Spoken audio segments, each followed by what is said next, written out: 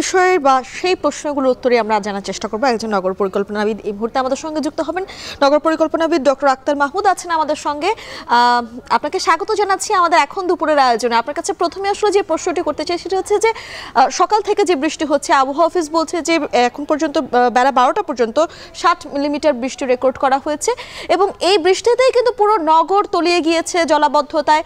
কিছু গুরুত্বপূর্ণ সড়কের নাম ধরেই যদি বলি, নীলক্ষেত মোড়ের থেকে আমাদের সহকর্মী জানাচ্ছিলেন, ধানমন্ডি সায়েন্স ল্যাব থেকে, মতিঝিল থেকে, রাজারবাগ, এই জায়গাগুলো কিন্তু কিছু বৃষ্টিতেই জলাবদ্ধতার সৃষ্টি হয়। তাহলে এই যে সারা বছর আমরা দেখি জলাবদ্ধতা নিরসনের জন্য প্রতিটি সড়কে কাজ করা হয়, সেই সড়কে কাজ করার ফলাফল আসলে নগরবাসী কিভাবে পাবে বা পাচ্ছেটা কই?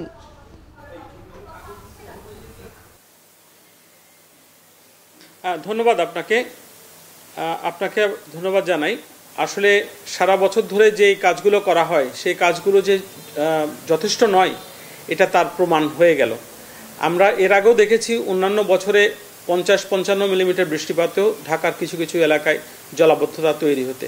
আজকে নগরের প্রায় অনেকগুলো অংশে দেখলাম যে জলাবদ্ধতা তৈরি হয়ে গেছে। আমি যেটা আমার অনেক দিন ধরে অবজারভেশন, আমি দেখেছি যে সিটি কর্পোরেশন যেটা করে, কিছু খাল উদ্ধারের কাজ করে, কিছু খাল পরিষ্কার করে, নালা নর্দমাগুলো পরিষ্কার করে, কিন্তু এটা আসলে যথেষ্ট নয়।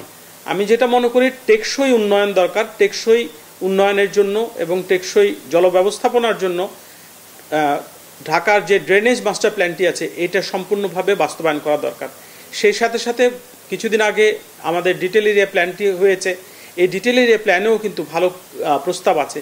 এই প্রস্তাবনাগুলোকে সামনে রেখে পর্যায়ক্রমে এই প্রত্যেকটি প্রস্তাবকে বাস্তবায়ন করলে একটা টেকসই সমাধানের দিকে যেতে পারে। কিন্তু বর্তমানে যেভাবে ঢাকা শহরটা তৈরি হয়েছে, আমরা দেখছি যে কিছু কিছু এলাকা একটা বেসিনের মতো তৈরি হয়েছে।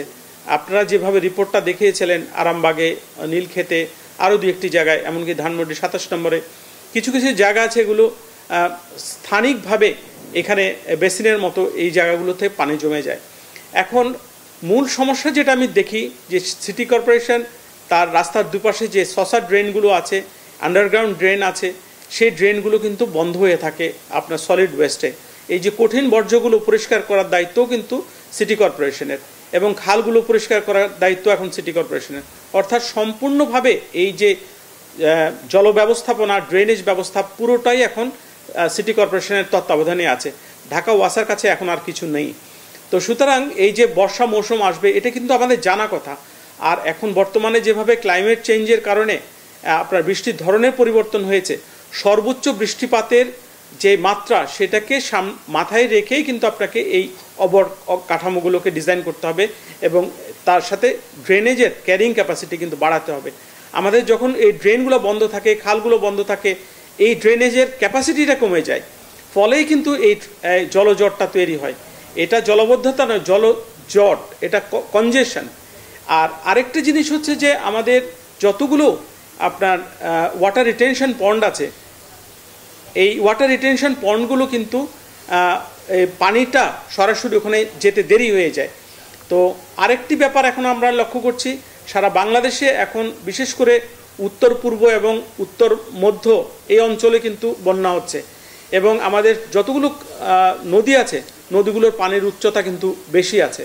ফলে এটা কিন্তু আমাদের একটা বাড়তি চাপ তৈরি করবে এই জলজট নিষ্কাশনের ক্ষেত্রে। তো সেদিক থেকে যে পশ্চিম দিকে, আমাদের ঢাকার পশ্চিম দিকে যেটি আপনার রামচন্দ্রপুর খাল হয়ে যেই গোরানচাঁদ বাড়িতে যেই আপনার পাম্প স্টেশনটি আছে, কল্যাণপুরে পাম্প স্টেশনটি আছে, এবং ধোলাইখালে যে পাম্প স্টেশনটি আছে, এগুলোকে সচল রাখা, সেগুলো সচল করে পানিগুলোকে নিষ্কাশন করা, এগুলো প্রয়োজন হয়ে পড়বে।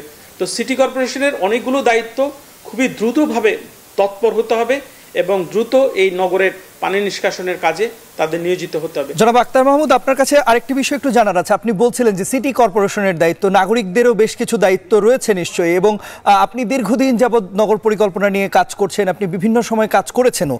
একটু জানাবেন যে এই যে ঢাকা আসলে যেভাবে নিয়ম নীতির তোয়াক্কা না করে আধুনিক ঢাকার নামে যেভাবে গড়ে উঠছে, এটি আসলে আমরা যেটির কথা বলছিলাম, যে সমাধানের কথা বলছিলাম, এটির বাস্তবায়ন কি আসলেই সম্ভব?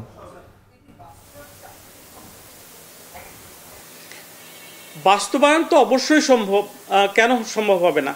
এটা আমার সুশাসনটা দরকার, এবং এই যে রুল মানে যেগুলো নিয়ম নীতিগুলো আছে, আইন কানুনগুলো আছে, এগুলোকে স্ট্রিক্টলি আপনাকে এক্সিকিউশনে যেতে হবে, বাস্তবায়নে যেতে হবে। এখন নানাভাবে আমরা এই শহরে বাস করে নাগরিক হয়ে উঠতে পারিনি। আমরা আমাদের যে নাগরিক দায়িত্বগুলো আছে সেগুলো আমরা পালন করি না। আমরা রাস্তাঘাটে, নালা নর্দমাতে, দোকানপাটের পাশে যে মানে নর্দমাগুলো থাকে, কঠিন বর্জ্যে এগুলো ভর্তি হয়ে থাকে। এখন সিটি কর্পোরেশনের অবশ্যই দায়িত্ব আছে সেগুলো পরিষ্কার করা, কিন্তু নাগরিক হিসাবে তো আমাদেরও দায়িত্ব আছে সে আমাদের নগরটাকে পরিষ্কার রাখা। তো ফলে দুই দিক থেকেই একটা ব্যাপার আছে যে আমরা নাগরিকের মতো আচরণ করছি না, এটা একটি ব্যাপার আছে। আর আমি বলবো যে আইন কানুন যেটা তৈরি করা হয়, আইন ভালোই তৈরি করা হয়, পরিকল্পনা ভালো তৈরি হয়, সেটার বাস্তবায়নটা হয় না। আর একটা জিনিস মনে রাখতে হবে, সিটি কর্পোরেশন যদি মনে করে থাকে বছরে 2 বার বা 3 বার ড্রেন পরিষ্কার করা, নালা পরিষ্কার করা আর খাল পরিষ্কার করা মানেই হচ্ছে ড্রেনেজের কাজ করা, এটা সম্পূর্ণ ভুল ধারণা। আমাদের এই জল নিষ্কাশনের কাজটি যখন ওয়াসার কাছেও ছিল, 1978 সাল থেকে এই পর্যন্ত প্রায় 7টি ড্রেনেজের আপনার স্টাডি হয়েছে, মাস্টার প্ল্যান তৈরি হয়েছে। সর্বশেষ মাস্টার প্ল্যানটি তৈরি হয়েছে 2016 সালে। সেই মাস্টার প্ল্যানটি এখন কিন্তু দায়িত্ব হচ্ছে সিটি কর্পোরেশনের, সেটাকে সম্পূর্ণভাবে বাস্তবায়ন করা।